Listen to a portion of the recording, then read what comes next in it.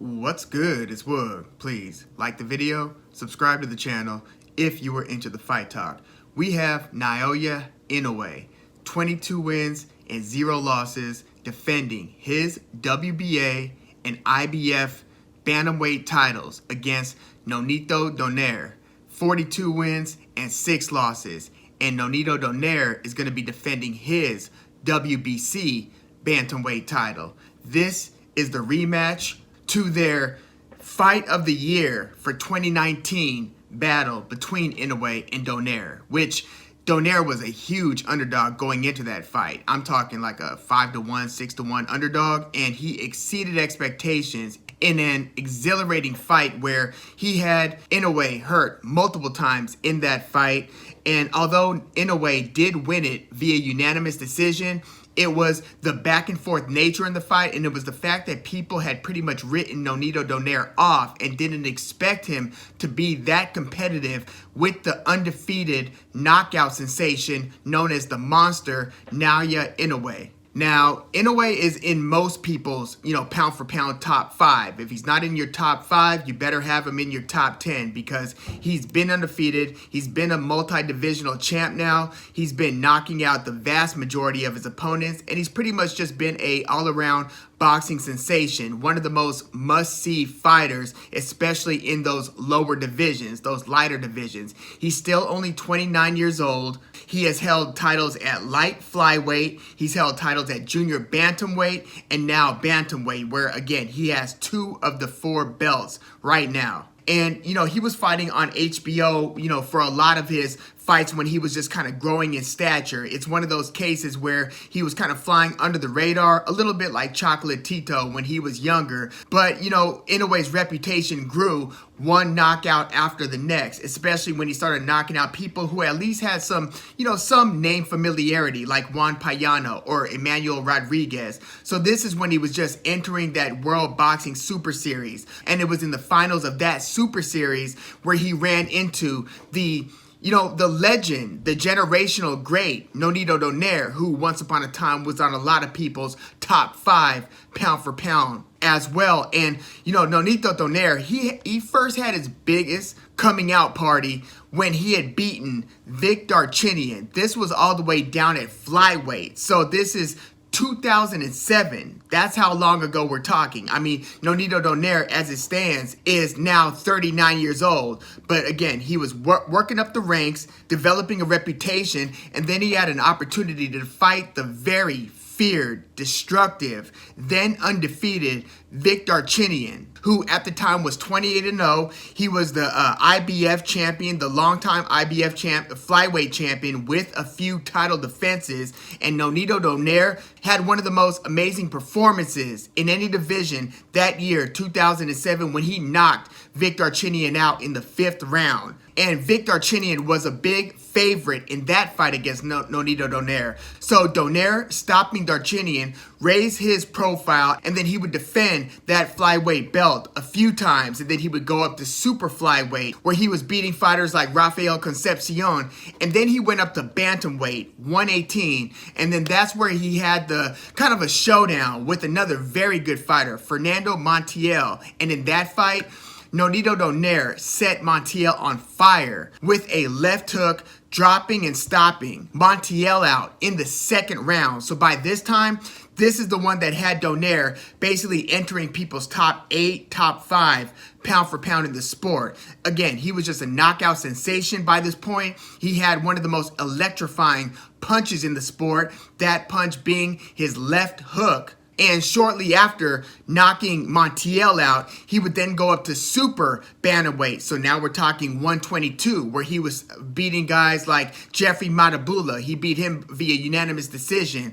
He beat an aging Jorge Arce via 3rd round knockout. And then he had his title unification fight against another generational great here, Guillermo Rigondeaux, the boxing savant out of Cuba. So going into this fight versus Rigondeaux, it was pretty much anyone's guess who was going to win this one, because although Donaire by this point, had already climbed a couple divisions beyond where he had knocked Vic Darchinyan out in that first fight. They would later have a rematch, but in that first fight against Darchinyan, now Donaire is a couple divisions up at 122. He's putting his WBO super bantamweight title on the line against Guillermo Rigondeaux, who was defending his WBA super bantamweight title. And in this fight, Guillermo Rigondeaux just pretty much straight up outclassed Nonito Donaire. It was to the surprise of many, because everybody knew Guillermo Rigondeaux was good. He was there was a lot of mystique following him at this time, because he was one of those,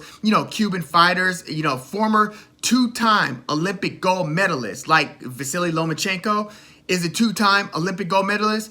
So is Guillermo Rigondeaux. He turned pro very late. I mean, it's always been very hard to get out of Cuba and to turn pro at a decent age. So Guillermo Rigondeaux was already like a little bit older than you would normally be, given the amount of fights that he had on his record. So we knew that he was good. We didn't know how good until he basically clearly outclassed Nonito Donaire via unanimous decision. Now, Donaire did score a knockdown of Rigondeaux in this fight, but again, this was Rigondeaux's true coming out party, outclassing, again, the pound for pound great Nonito Donaire. So after that point, Donaire knocked Vic Darchinyan out in the 9th round of their rematch. This is his second time now beating Darchinyan. Then he went up to featherweight, 126. And then that's when he ran into Nicholas Walters, who, his nickname was the Axe Murderer. I mean, the guy was a ridiculously hard puncher. He had good reach. He threw punches and combinations, just devastating power. And, 126 featherweight was proven to be one bridge too far for Nonito Donaire. He got viciously knocked out against Nicholas Walters in the 6th round. And Walters would stay undefeated, by the way, until he fought Vasily Lomachenko. And then that's when Nicholas Walters actually quit on the stool, like several Lomachenko opponents around that time. And Nicholas Walters actually never returned to the ring after that loss to Lomachenko. Nomaschenko, he was known as at that time. But yeah, Nicholas Walters' best win is definitely that vicious TKO of Nonito Donaire. This is now 2014 we're talking. So at this point of Donaire's career, it's like, okay, so what are you going to do? You got beat by Rigondeaux at 122, then you try to go up and you got knocked out against Nicholas Walters. So by this point, Donaire's like 31 years old. So the assumption is, okay, maybe Donaire's outside of his prime now. And then he goes and he scores like a few knockouts and then a few unanimous decision wins as he goes back down to 122 from 126. Again, that bridge too far. Comes back to 122, and then he runs, after winning a few fights, runs into Jesse Magdaleno. And in this fight, he made it the whole distance. He didn't get stopped by Magdaleno, but Magdaleno won via unanimous decision. And Donaire, by this point, by the way, had recaptured a WBO belt at 122, so he was defending that belt against Jesse Magdaleno. And Donaire just kind of looked terrible in that fight. Like, he looked like he was a step slow. He looked like he had kind of, reduced or diminished reflexes. It just seemed like Magdaleno was landing way too cleanly, and that Donaire couldn't get his great power punches off, really. He just looked like he was a step slow. He looked like he was fatigued kind of early, and he really looked like he was a shell of himself. And this is now 2016, so Donaire's now 33 years old, just looked, again, really bad against Jesse Magdaleno. I thought that he was more or less done beyond this point. I kind of was, hoping to hear a retirement announcement after seeing how bad Donaire looked against Magdaleno. Magdaleno, by the way, would go on to get stopped by Isaac Dogbe in Dogbe's best win, and then Dogbe would lose to Emmanuel Navarrete when Navarrete captured that super bantamweight title before then going up to 126. But again, Nonito Donaire did not look good in his decision loss against Magdaleno, and then he goes back to featherweight. So now he went from like 122 to 126, lost to Walters, goes back to 122, loses to Magdaleno, then he goes back up to 126, wins one fight, and then fights Carl Frampton, where Donaire, to his credit, did put up a spirited fight, but he loses via unanimous decision. He gets hurt multiple times. Carl Frampton just seems like he's the fresher fighter. He's the quicker fighter. He's throwing the better combinations. He seems sharper. So Donaire, again, showed a lot of guts, but he, again, seemed a step too slow. And he just seemed like he just wasn't the Nonito Donaire that we were used to seeing when he was down at flyweight or bantamweight, or even when he was having his better days at 122 before fighting Guillermo Rigondeaux. By this point, I was almost sure that Nonito Donaire was either done or very close to done. By this point, this is now 2018, and Donaire is 35 years old. So then something happens. It's weird. The World Boxing Super Series is announced for the Bantamweight division. So it's going to be this tournament that's going to involve like Ryan Barnett, Emmanuel Rodriguez, Naoya the Monster Inoue, and Nonito Donaire signed up for this Bantamweight World Boxing Super Series. So now we're in 2019. So going into it, you know, Nonito Donaire's first draw was Ryan Burnett. And Burnett, a lot of people forget this. Ryan Barnett was like a 8-1 favorite over Nonito Donaire, and Donaire was like a 5.5-1 underdog against Burnett. So Nonito Donaire, pretty shockingly, even given his history, just because of how we had seen Donaire look against Magdaleno and against Frampton, and then several years prior getting stopped by Nicholas Walters and so forth, he shockingly knocks Ryan Burnett out in the 4th round of the opening round of that World Boxing Super Series, capturing the WBA Bantamweight title in the quarterfinals of this tournament. So after that, Nonito Donaire's next draw, I believe it was supposed to be Tete. But I think Tete had to pull out or something like that. And Tete, by the way, would have been another big favorite over Nonito Donaire. But he ends up fighting Stefan Young, and he knocks him out in the 6th round. So this is now in the semifinals. So on the Naoya Inoue side of the WBSS Super Series, he knocks out Juan Payano in the 1st round, the quarterfinal, and then he knocks out Emmanuel Rodriguez in the 2nd round. So he knocks out Payano in the 1st round, he knocks out Emmanuel Rodriguez in the 2nd round, and then he, Inoue, makes the finals, and Nonito Donaire again beats Ryan Burnett and then stops Stefan Young in the 6th round, and then he beats the monster Naoya Inoue in the finals of this Bantamweight World Boxing Super Series. And that was the classic matchup, fight of the year for 2019 between the monster and Nonito Donaire. And going into this one, Donaire was a big underdog. And you could even hear like the British broadcast. This one was on DAZN, and you could tell that the broadcast was they were expecting Inoue to win, and not with too much difficulty, because Inoue was basically stopping all of his opponents like in the 1st round, 2nd round, basically getting people out of there early. So even with Donaire's experience, people expected Inoue to more or less blow him away. Well, the first couple rounds were interesting, and you could tell early that this is going to be it's something to watch. They were trading like pretty hard, like lasers of right hands. Inoue's best punch is probably his straight right hand, even though he's got a nice scooping left hook too.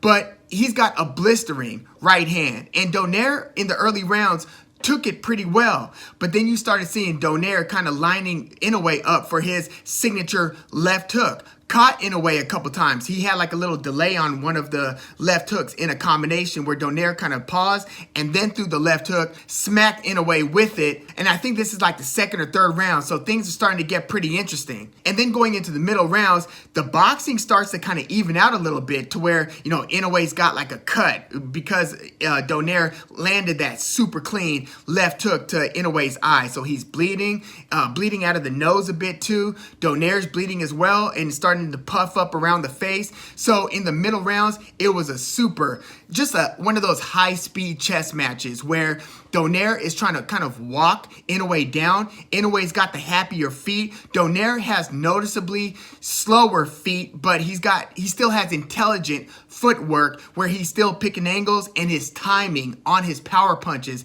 is still very good. Plus, Donaire was catching Inoue pretty cleanly with a lot of jabs, but Inoue was also catching Donaire with a lot of jabs. And one thing I'll say about this later stage of Donaire's career career, he doesn't move his head very well. Like, his feet are obviously slowed down. His punching speed, I think his punching power is still outstanding, still elite. But his punching speed may be slightly reduced, but his timing is still very good on his power punches. But he, again, throws a jab and pretty much commits to it. Super high boxing IQ, but I don't like his lack of head movement. But super interesting middle rounds between Inoue and Donaire. And then Donaire has a huge 9th round where he hurts Naoya Inoue. Not with that signature left hook, but with the straight right hand. Because again, he was measuring Inoue with that right hand. And again, they were trading right hands for a lot of this fight. So Donaire, as much as he's known for throwing that signature left hook, his right hand is pretty mean as well. And he hurt Inoue with that right hand in the 9th round. Best round of the fight at that point for Nonito Donaire. And then in the 11th round, biggest round of the fight for Naoya Inoue, because now things are super starting to heat up, and it's anybody's guess who might be winning on the scorecards. We know a lot of these rounds have been competitive. This fight is not like most people thought it was going to go. They didn't think that Inoue was going to have to dig this deep by this point.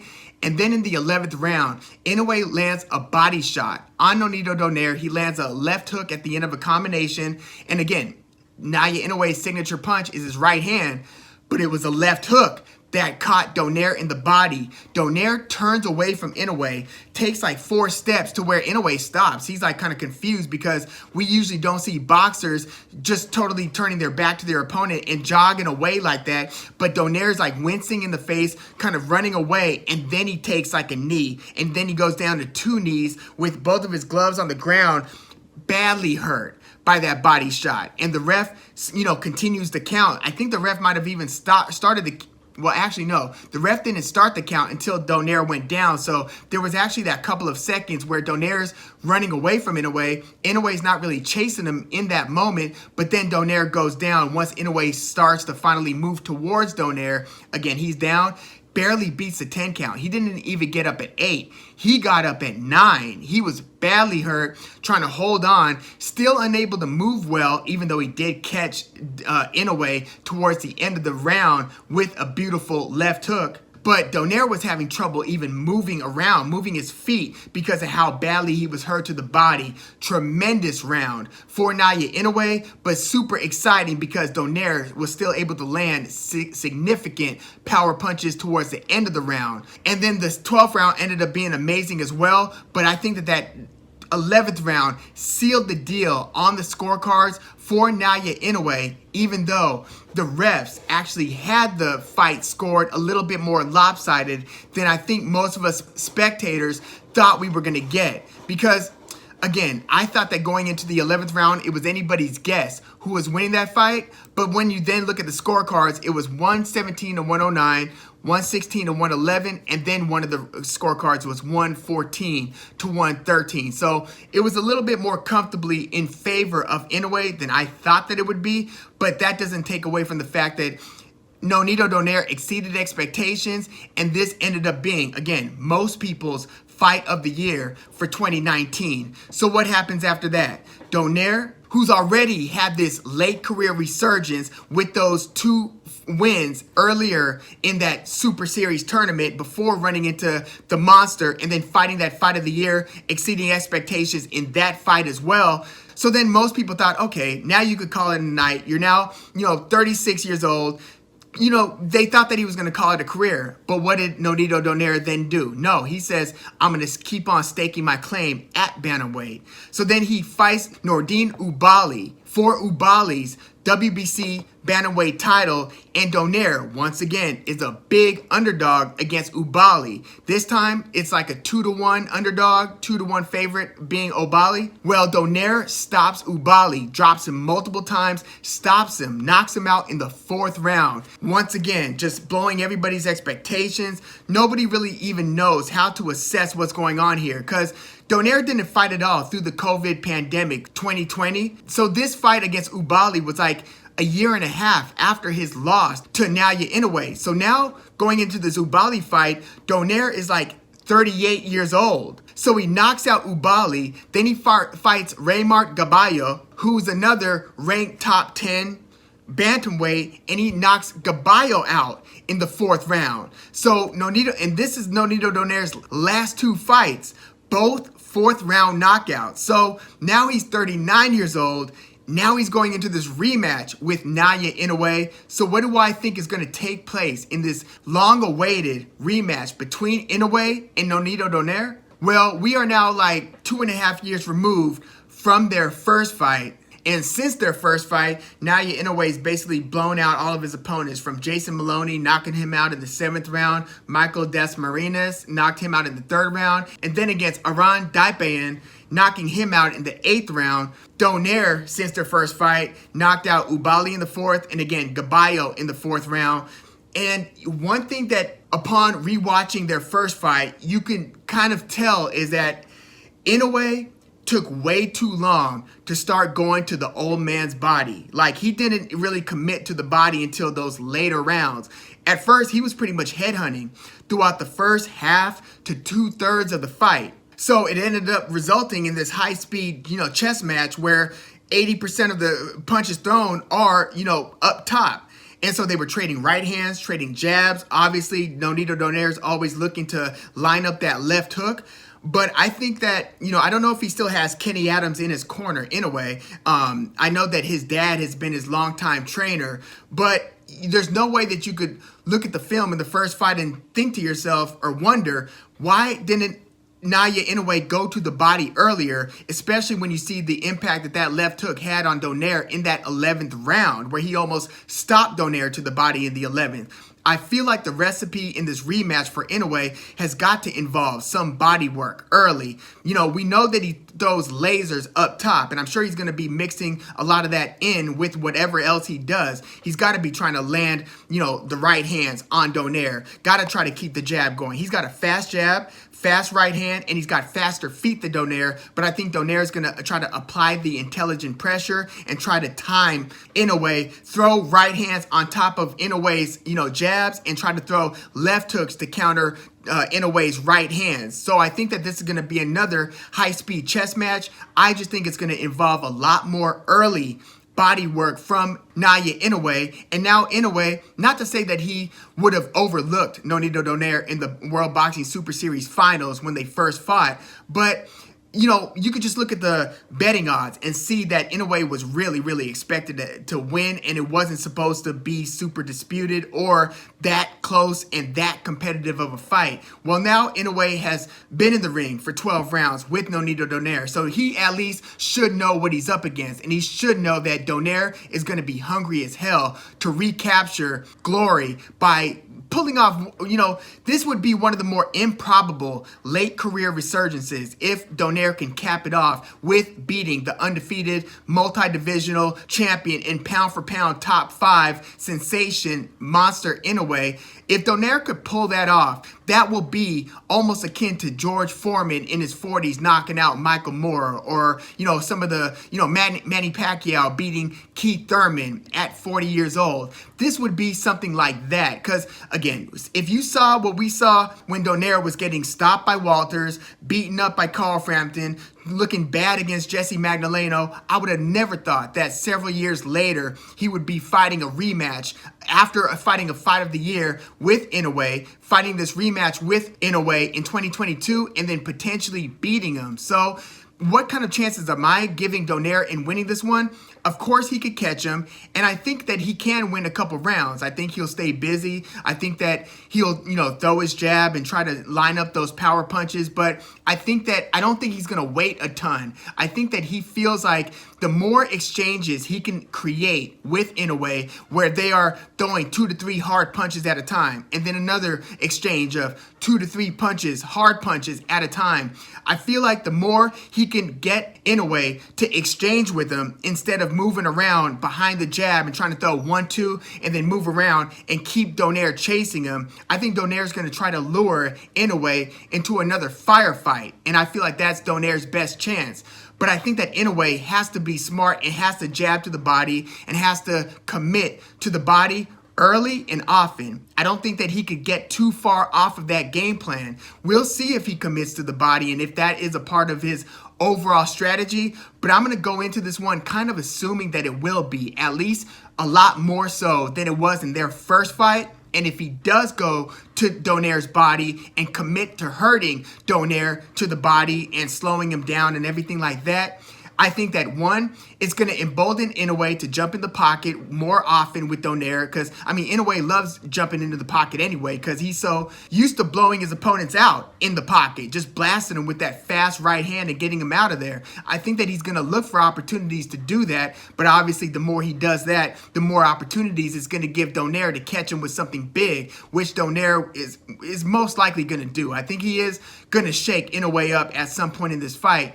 I just don't think it's going to be as close as it was in their first fight. I think that Inoue will make more of an effort to go to Donaire's body earlier and not wait until the late rounds to do it. And I think that in doing so, he will kind of slow Donaire down, soften him up, and I think that he will be able to go for the kill and finish Nonito Donaire, the future Hall of Famer. Nonito Donaire, I think he's going to be able to finish him, and I think that the body work is going to play a part in creating the conditions where he can finish Nonito Donaire in the, we'll say, the 8th or 9th round, something like that. But I've got Naoya Inoue winning the rematch against Nonito Donaire via stoppage. Again, I think that Donaire is going to have his competitive moments. I think he's going to catch him with both his underrated right hand. So, since so many people just look at Donaire as having that sensational left hook, don't sleep on his right hand. He's going to catch Inoue with that one, I believe, the same way that he did in the first fight where he hurt Inoue with the right hand. I just think that Inoue is going to have more of a move around and not exchange so much in the pocket strategy, as well as having a more balanced attack going to Donaire's body a bit more. And I think that Inoue is going to end up stopping the future Hall of Famer. But yeah, let me know what you think. You know, if Inoue does stop or beat Nonito Donaire, even if it's via decision, if he gets by Nonito Donaire and captures his WBC belt to add to his WBA and IBF bantamweight belts, the speculation is that Inoue will then go up to 122 to fight at super bantamweight, which would be very, very interesting when you consider some of the talent there. MJ Akhmadaliev, Stephen Fulton, Danny Ramon, Angelo Leo, Brandon Figueroa, a lot of scary opponents at 122. So that would be very interesting. But yeah, I'm going to go with the monster in this rematch, but still take nothing away from what Donaire's done up to this point. And I'm not going to totally count Nonito Donaire out at this point either. I'm picking Inoue, but I'm not sliding Nonito Donaire at all. He has just wowed us way too many times in his career and has shown us just when we think that he's all but done, that he's got a lot more in the tank. And, he's been one of the biggest advocates for like clean fighting and advocating for like, stringent PED testing, trying to clean up the sport. He's been having like this new sense of purpose he's attributed it to. And he's really kind of taken a martial arts, very like almost meditative like approach to his craft in this late stage of his career. He even pulled out of a title unification fight against John Riel Casimero because he was saying Casimero's trainer was disrespecting his wife or something. Just too much trash talk or just disrespectful trash talk where, Nonito Donaire said he wasn't interested in fighting somebody based on that principle. And that was like a Filipino that he was about to fight against in that case. But yeah, I'm still taking Naoya Inoue, but this has been a very interesting late career run for Nonito Donaire. But yeah, let me know what you think about the rematch between Naoya Inoue and Nonito Donaire in the comments. And please like the video, subscribe to the channel if you were into the Fight Talk. I'm Woog. Thanks for tuning in.